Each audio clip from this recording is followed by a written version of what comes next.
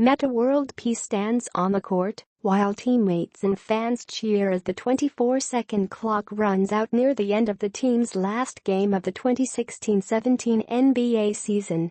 AP. More. It raised some eyebrows last year when Rick Carlisle said he thought Metta World Peace has a chance to be a good coach.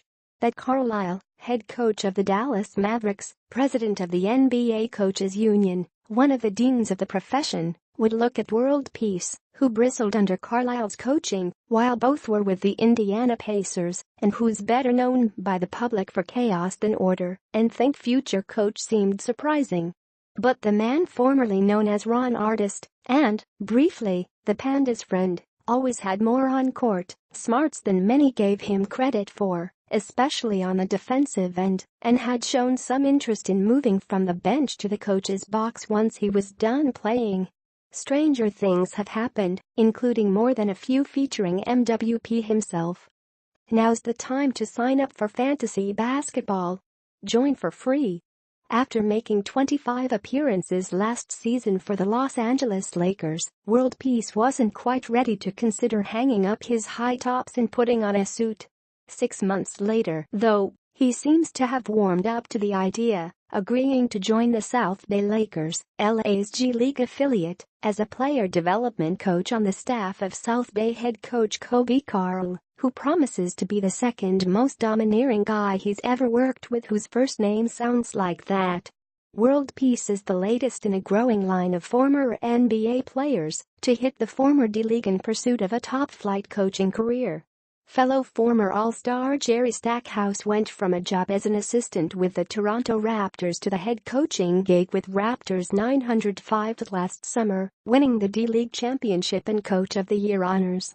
While the Associated Press notes that World Peace hasn't publicly retired, the new gig looks like it marks the end of an 18-year pro-playing career, 17 years in the NBA, plus that 1-year split between China and Italy. That might not have reached the peak of its potential, but that did include an All-Star berth, 2003-04 Defensive Player of the Year honors, 4 All-Defensive nods, an All-NBA third-team selection, the J. Walter Kennedy Citizenship Award, and, of course, a 2010 NBA championship with the Lakers.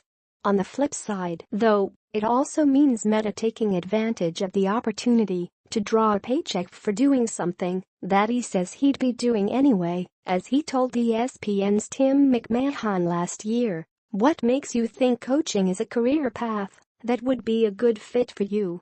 MWP, when you get a chance to be around something that you're going to watch on TV anyway, I mean, that's just a great opportunity.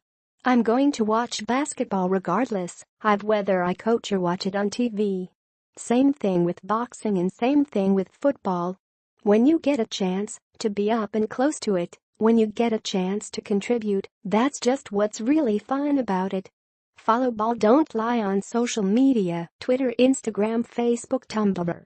Lest we get it twisted, Ron announced his new gig by reminding us that fun is really what he's still all about, which is good. Because as he neared the end of a career full of promise, racked by rancor and instability, and ultimately redeemed through the love of the grind and the more delightful and irrepressible elements of his personality, Metta World Peace offered a pure and simple distillation of what kept him going and why we kept going with him.